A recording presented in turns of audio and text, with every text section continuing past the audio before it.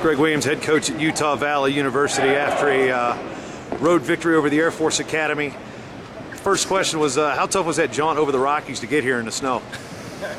It's a good thing we did it in 2 days. It was a lot easier to split up. The ride the rest of the way was pretty good today, but yesterday was a little snowy. You know, how much gratification is it for you as a coach to know that these conference duels actually mean something for the conference now with your university? It's a great feeling. It seemed like forever. It was a long haul to get to this point where we can wrestle postseason, but it gives the guys more purpose. You can tell there's more intensity in the room at this time of year because there's something that they're shooting for. You guys have put together a pretty good season. It's guys other than Ben. There's guys like Flint Ray and Brad Darrington have put together solid seasons for. Most people don't know about them. Talk about those two a little bit. We're excited about the development of a lot of the guys, and Flint's starting to sneak in some of the rankings. Brad is probably underappreciated right now. He's beaten several national qualifiers, but he just hasn't beat that ranked guy. He's lost in overtime to Nate Lee from Boise, lost a 2-0 match, or I think it was Riccio from Bucknell, but he's had some close matches. But once he starts winning some of those, he's just a sophomore and he's getting better with every match. His match against French, we knew that would be a tough match, but he's wrestling well.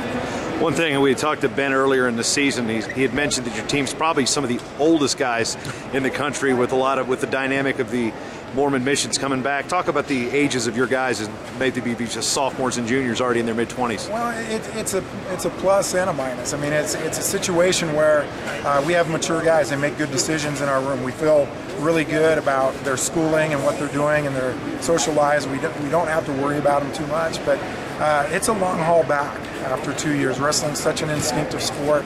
Timing is a lot of it. It's not just conditioning. So, you get a kid typically for 1 year, comes in, gets things figured out with college, goes for 2 years on a mission, then it takes them another year to start getting timing. And it's tough on them. But, we kind of got a handle on it, how to treat those guys and how to train them just a little bit differently, get them back.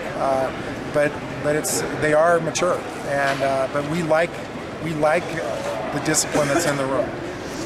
In terms of coaching this year, you've got an added dynamic, having to worry about the qualifier allocations and getting a solid strength of schedule. What has it been for you as a coach this year that's different from the past years at Utah Valley?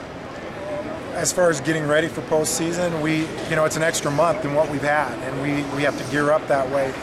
We try to set up our schedule where we can shelf a couple times, get a little bit higher with our intensity, and we try, especially with injuries. For me, I wasn't in a D1 room for quite a while from when I wrestled, and so I had to get back into that and figure out how to best schedule our guys so that we can recover from some of those minor injuries. We've got a couple guys that are just coming back, and injuries are always a big part of it, but just really a couple things is just trying to get them the periods where we can recover, and mostly being able to push it this time of year. At this time of year, we've only got a few weeks left, and now we've got an extra month after that. And so we're pushing it right now. We're wrestling through these matches, even though we've got tough dual matches. We've had this one. We have UNI and Wyoming on Saturday.